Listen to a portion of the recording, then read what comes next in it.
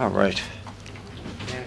Kenny, you guys scored 10 points in the second quarter. You were 2 of 22 from beyond the arc in the first half. Just what was the issue offensively early in this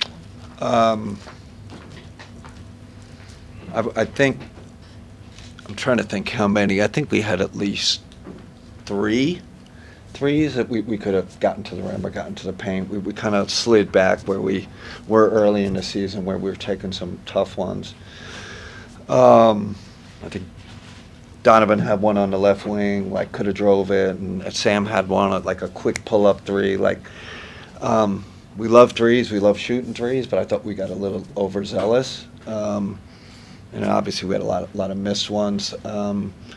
Then a measurement of where our energy was in that first half, we weren't getting offensive rebounds, right? Like you miss like that, you normally we're much better. So tail of two halves, I thought our energy and force was below average in the first half. I thought the second half it was better.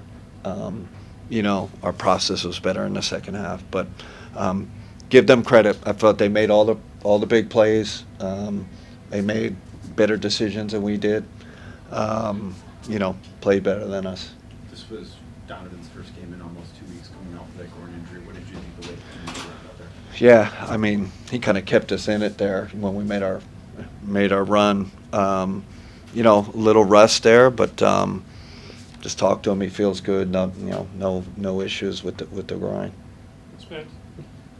I remember you were talking in the Detroit game about winning your spots. Yeah. Do you think that Boston did anything different, or you guys did anything different in that department today? Just even in that first half, you said stuff about force. Yeah, I'd give them the advantage, and listen, it's not one game, right? It seems like we, with this team, we get down in a hole, right? A big hole because they win their spots early.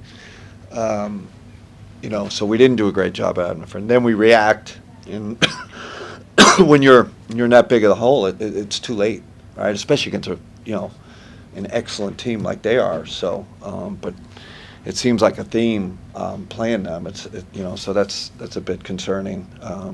We got to do better. And just following up to that, kind of relating to that, I feel like your guys' defense was pretty on point today. Yeah. Against them, like, do you think that is the same? The only thing I would say, and I just told the guy, I thought we, Jaylen Brown hit some tough twos and tough shots. I thought we started overreacting to that. And I know he was hot from there, but we started running around, double teaming them.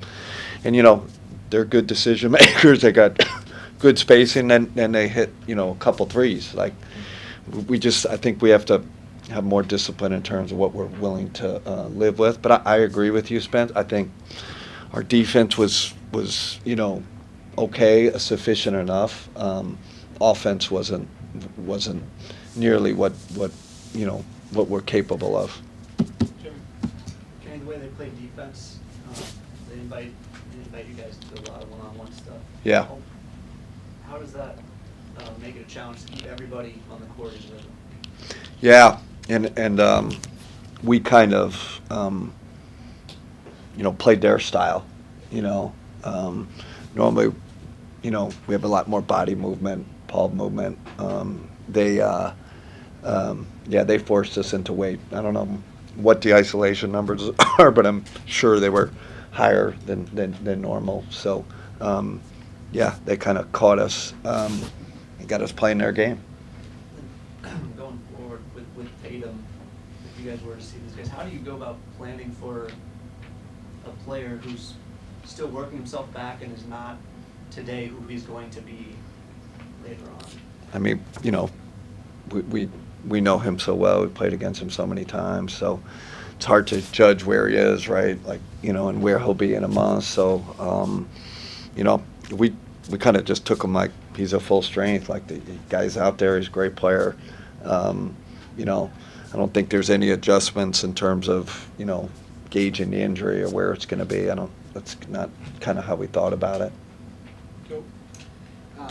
Before the game, you brought up a point about Derrick that really sparked some people's interest. Is there any more that you could say to quantify that, or give us more on who some of the other top players are? It's just probably what probably people aren't measuring is his defensive impact. I know that's hard to measure, and it's hard for your kind of average person. So there's, and everybody, maybe mainstream looks out just the offensive, but he's an elite elite on both ends.